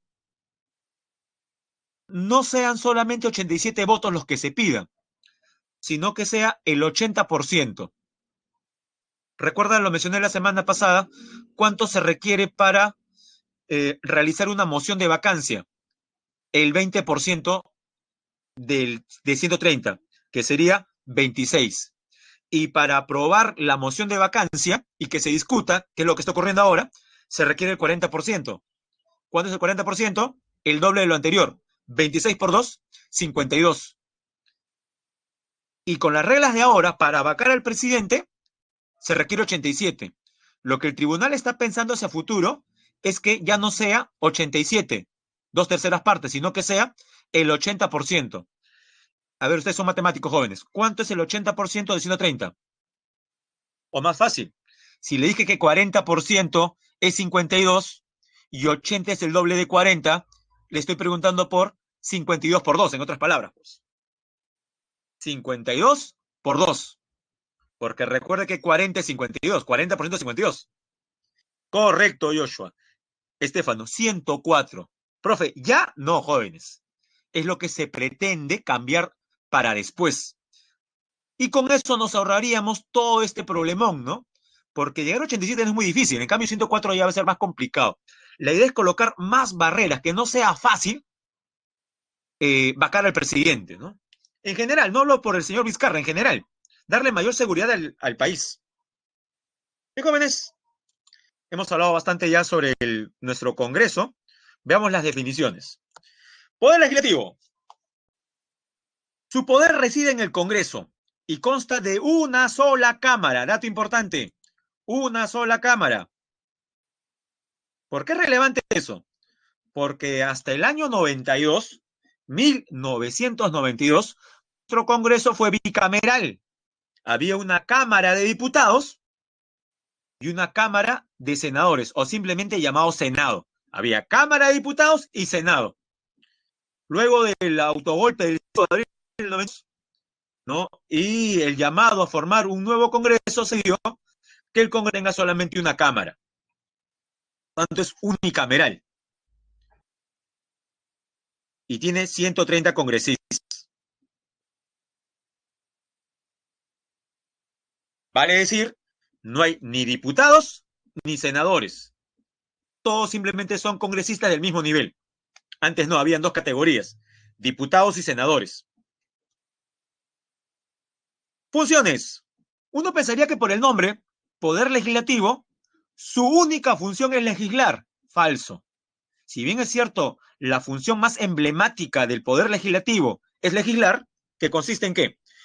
Debate y aprueba, vamos a ver esta parte, debate y aprueba la reforma de la Constitución, de las leyes y las resoluciones legislativas. A eso corresponde su función legislativa. ¿Ah? A ver, aunque esta es una cuestión de opinión. Nos menciona Diego, ¿cuál está mejor? ¿O sería mejor la unicameralidad o la bicameralidad? Bueno, jóvenes, usted puede encontrar entre especialistas, entre constitucionalistas, ambas respuestas. Pero la mayor parte se inclina por la bicameralidad. Yo también soy de la idea que nuestro Congreso funcionaría mejor si tuviese dos cámaras, porque habría un segundo nivel llamado Senado que filtraría, por así decirlo, los errores u horrores que a veces hacen los diputados. En la actualidad, los 130 son como si fueran diputados. Si es que quiero verlo como el pasado, tienen las mismas características. En cambio, el Senado era un nivel de expertos. Por ejemplo, los requisitos para diputados y senadores no eran los mismos. Los que usted ve ahora para congresistas eran prácticamente los mismos para diputados. En cambio, para senadores se exigía, por ejemplo, estudios, ¿no? Estudios superiores y hasta de posgrado en áreas de derecho y ciencias políticas. O sea, en el Senado estaban solamente los expertos, catedráticos de derecho de varios años, autores de textos constitucionales. No estaba cualquier persona. Ahora pues la valla ha bajado. Ahora vamos a ver los requisitos para ser congresista. No son muchos, ¿ah? Y bueno, Cristian nos menciona por qué se le denomina autogolpe de Estado y no una disolución del Congreso. Bueno, las dos cosas ocurrieron, pues. El término autogolpe es utilizado por los, vamos a llamarle pues, especialistas en ciencias políticas de nuestro país, ¿no? En el sentido de que no es el golpe clásico donde un militar que es ajeno al Congreso toma el poder por vía de la violencia, sino que es atípico en el sentido que un poder del Estado toma al otro poder. O sea, dentro del mismo Estado se da el cambio. De ahí el término autogolpe, porque no se olvide que el Poder Ejecutivo, el Poder Legislativo y Judicial son parte del Estado. ¿Correcto? Los tres son parte del mismo Estado. Entonces, uno de los tres poderes del Estado captura a los otros dos. Por eso le llaman autogolpe. Y sí, en ese autogolpe se dio la disolución ilegal del Congreso. Porque se puede disolver el Congreso. Usted ya sabe la regla, ¿no? A ver, ¿cuál es la regla? ¿Cómo, ¿Cuál es la vía legal para disolver el Congreso por parte del presidente? ¿Qué requisito tiene que haber? Cosa que no ocurrió el 5 de abril de 1992. No hubo ese contexto. No se olvide.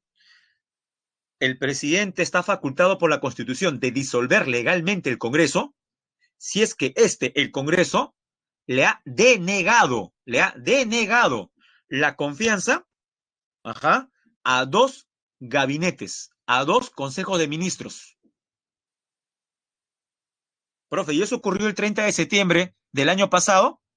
Bueno, la mayoría dice que sí.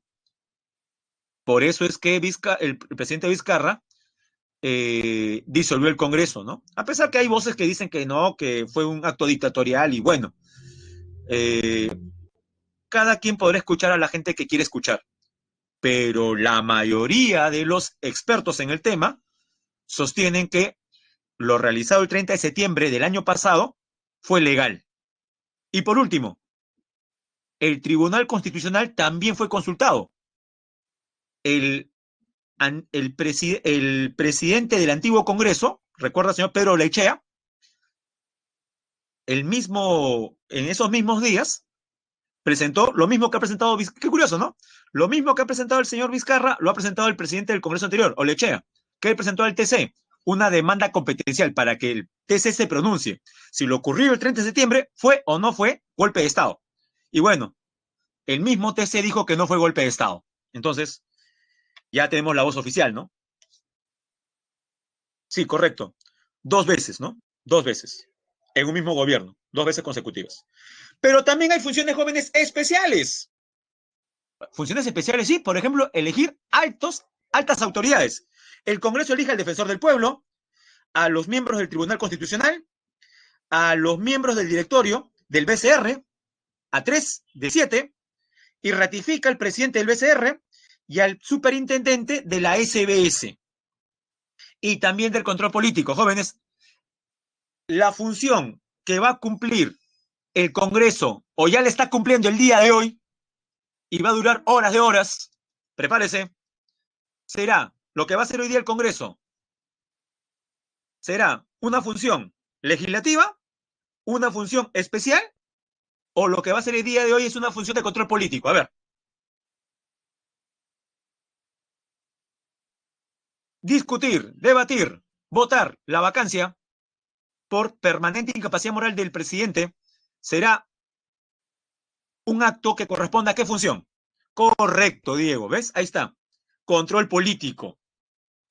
Control político. Pero no solamente es eso, ¿no? Comprende la investidura del Consejo de Ministros. Profe, ¿cómo es eso la investidura? O sea, la investidura es la primera confianza que le da el Congreso al primer gabinete. Al Consejo de Ministros también se le llama gabinete, por si acaso. Investiga la conducta política del gobierno, que es lo que estamos viendo ahora, pues. La conducta política, moral. Los actos de la administración del Estado. El ejercicio de delegación de facultades. Jóvenes, el Congreso puede citar a alcaldes, a gobernadores regionales, puede citar a ministros y los puede interpelar. Mire, el Congreso puede a un ministro citarlo, interpelarlo, o sea, preguntarle un montón de cosas. Y si las respuestas no son satisfactorias, censurarlo. Si el Congreso censura a un ministro, a uno nada más, el Ejecutivo tiene que reemplazarlo por otro. Si el Congreso censura a todo un gabinete, el presidente tiene que recomponer otro gabinete y presentarlo. Pero también, profe, entonces el Congreso solamente golpea. Parece que el Congreso domina al presidente, pero si el Congreso le niega la confianza por segunda vez,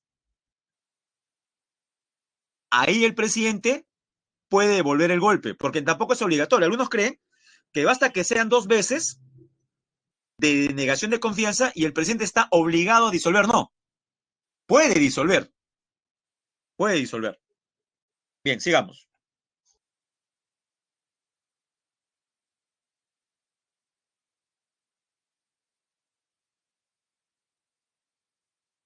Correcto.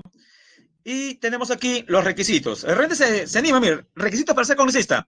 Ser peruano de nacimiento, haber cumplido 25 años, gozar del derecho a sufragio. Muchos dirán, profesor, ¿y dónde están los posgrados? No, no se le exige ni siquiera terminar la secundaria. Solamente son 3 requisitos. Ser peruano de nacimiento, haber cumplido 25 años y gozar de derecho a sufragio. Los congresistas son elegidos por un periodo de 5 años. El cargo de congresista es irrenunciable. Recuerde, es irrenunciable. Vaca por muerte. Profe, ¿vaca? Sí, el cargo de congresista también puede vacar. Yo sé que uno cuando habla de vacancia piensa más en el presidente, pero también hay vacancia congresal.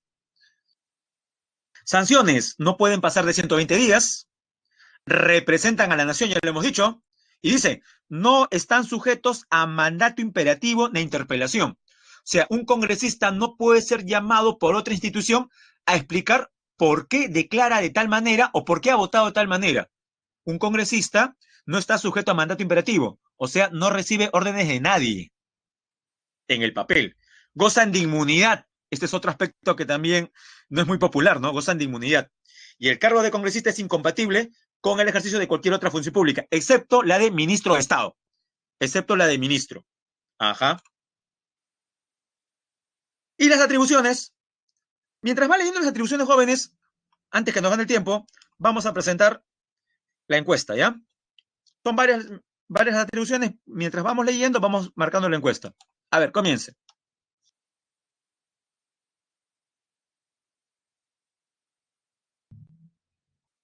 Por ejemplo, tiene ahí dar leyes y resoluciones legislativas, la función legislativa que hemos mencionado. La segunda, para muchos diría, profesor, es un saludo a la bandera, ¿no? Velar por el respeto a la Constitución, pero es una función, una atribución. Aprobar los tratados, joven, eso es importante, ¿eh? El Congreso es el que aprueba los tratados internacionales. Miren qué gran responsabilidad, ¿no? Aprobar los tratados. Aprobar el presupuesto. Ahora, ¿quién elabora el presupuesto? El Ejecutivo. Y se lo presenta al Congreso y el Congreso tiene que aprobarlo. Profe, ¿qué es el presupuesto? O sea, jóvenes, la planificación de los gastos para el próximo año. ¿En qué vamos a gastar más? Usted, por ejemplo, dice, en educación debe invertirse más. Y a eso se ve en el presupuesto. Y lo aprueba el Congreso. Autorizar los préstamos conforme a la Constitución. Ejercer el derecho de amnistía. Ya, aquí esto es algo muy importante, jóvenes. Amnistía no es lo mismo que indulto. Diferencias. ¿Quién ejerce el derecho de amnistía? El Congreso. Ahora responda bien, por favor. En cambio, ¿quién ejerce el derecho de indulto? ¿El Congreso? No. ¿Quién tiene esa capacidad? Muy bien, el presidente de la República indulta y el Congreso puede amnistiar. Profe, ¿no es lo mismo? Se parecen en el hecho de que la persona que está en la cárcel sale. En eso se parecen. Queda libre. Pero, a ver, yo le pregunto a usted, si usted fuera una persona que está purgando condena, y yo sé que lo más importante es estar libre, recuperar la libertad, pero de las dos formas, ¿cuál sería más conveniente a usted que está en la cárcel? ¿Ser amnistiado o ser indultado? ¿Qué es mejor? En la perspectiva de alguien que está en la cárcel. Yo sé que a priori muchos dirán, profe, me da lo mismo porque estoy libre. No, no es lo mismo, jóvenes. Claro, uno dice, profe, la diferencia es quién la da. Indulto lo da el presidente. Amnistía lo da el Congreso, pero hay diferencias, sí. Ya, recuerde. La palabra amnistía tiene la misma raíz inicial que amnesia. ¿Y qué es la amnesia? Por ahí va la ayuda que le puedo dar. Jóvenes, ¿qué es la amnesia? Uy, profesor, es la pérdida de memoria. Claro, es el olvido. Si usted es amnistiado, es como si usted nunca hubiera estado en la cárcel. El delito por el cual usted fue juzgado y sentenciado desapareció. No cometió delito. Profe, ¿cómo que no?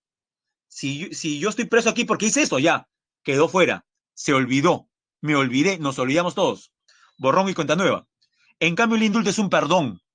En el indulto no se borra el delito cometido, sino ya es una cuestión ya de, a ver, no de pena por si acaso, no vamos a hablar de tipo de pena, pero es como que una persona ya está en sus últimos días de vida y el presidente decide, bueno, pues ya, si le quedan pocos días de vida, afuera, perdonado.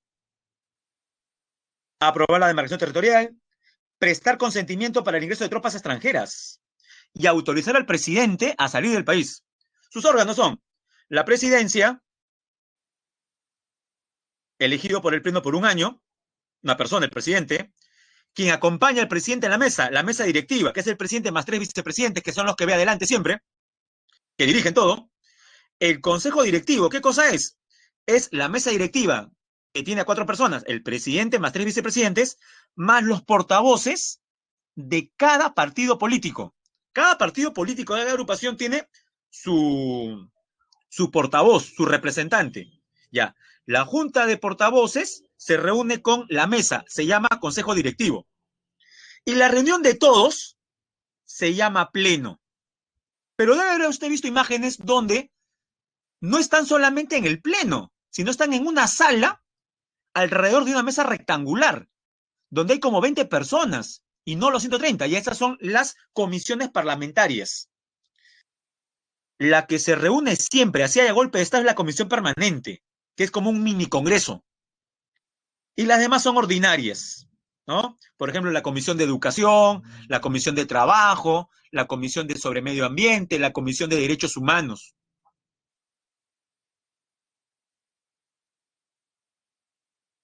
Bueno, están las funciones de los órganos jóvenes, el pleno, que es la reunión de todos, la presidencia, representa el Congreso, preside la sesión del Congreso, concede el uso de la palabra, la mesa directiva tiene a cargo la dirección administrativa del Congreso, los gastos, problemas con las computadoras, supervisa la administración, el Consejo Directivo adopta acuerdos y realiza coordinaciones para el adecuado desarrollo del Congreso, y por último, las comisiones, ¿no? Las comisiones. Las comisiones, como hemos mencionado, se encargan pues de hacer seguimiento a los diferentes temas, ¿no? Estudian y dictaminan los proyectos de ley. Dicho de otra manera, jóvenes, antes que un proyecto de ley sea votado por el Pleno, este tiene que ser aprobado por una comisión respectiva. Por ejemplo, si yo quiero hacer una ley acerca del uso de bicicletas, esta primero tendría que ganar en la comisión de transporte. Si logra los votos en la comisión de transporte, ese dictamen pasa al Pleno del Congreso. O sea, no es tan sencillo tampoco generar una ley. Y no se olvide, hay una comisión del Congreso llamada Comisión Permanente. Se llama permanente porque esta, así haya disolución del Congreso, sigue funcionando. Una comisión permanente no es otra cosa, sino, como lo he dicho hace un momento, de un Congreso en chiquito. ¿Ah? ¿Quién lo preside? El presidente del Congreso lo preside.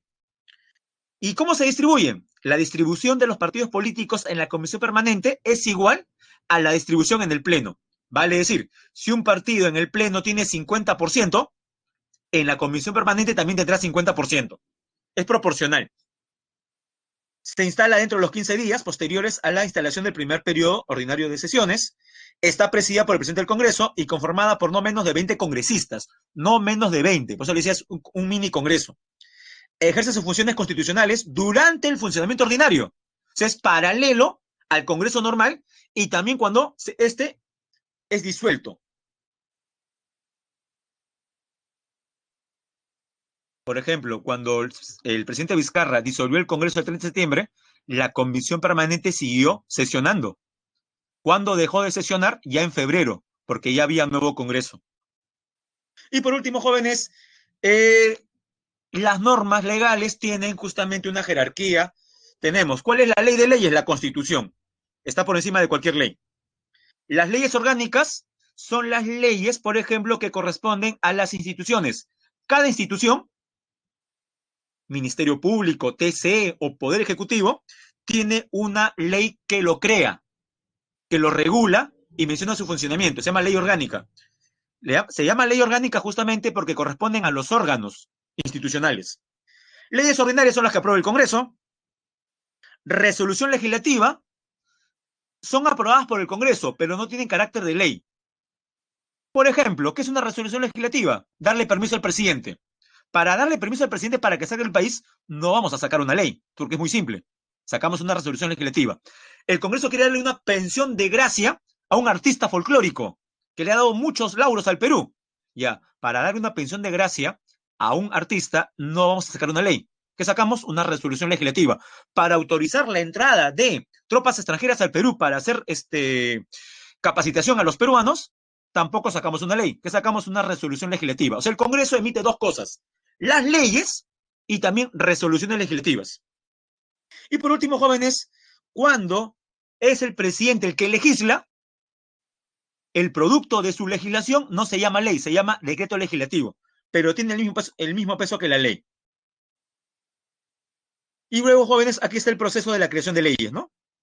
Comisiones, consejo directivo, pleno y su aprobación. Bien, jóvenes, vamos con las preguntas. Pregunta 1, ¿qué marcamos? Un congresista padece una enfermedad. Ya, la pregunta es, ¿se puede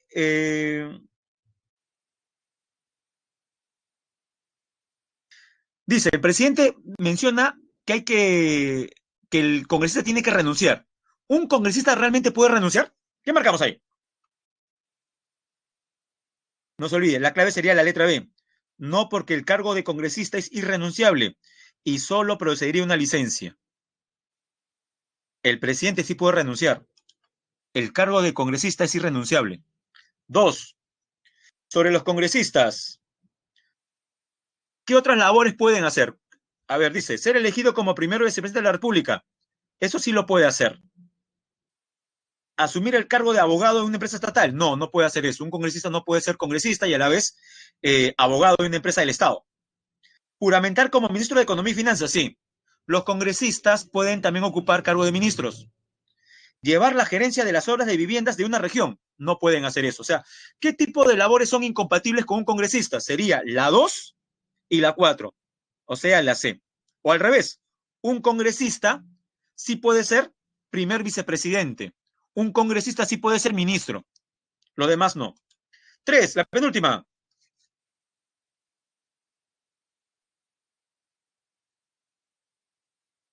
Habla sobre iniciativa legislativa, facultad de presentar proyectos de ley, recae en el Parlamento y se extiende a otras instituciones. Es así que en este proceso, cuando el Pleno aprueba una ley, la clave sería la letra C. El presidente de la República puede realizar observaciones de todo o una parte. Jóvenes, cuando el Congreso aprueba una ley, esta no se publica directamente, pasa al presidente y el presidente la puede promulgar y luego ya se publica. Pero también el presidente podría el presidente observar la ley. Y la última, jóvenes, la última. Pregunta 4, determina el valor de verdad sobre el Congreso. Y la clave correcta sería la letra A. Las dos primeras son verdaderas, ¿no? Extingue de la responsabilidad penal a un grupo de personas por delitos políticos. Eso es amnistía, pues. La 1 es verdadero por amnistía. Y la 2, aprueba el presupuesto. Las otras dos son falsas. Bien, jóvenes, vamos a pausar la grabación.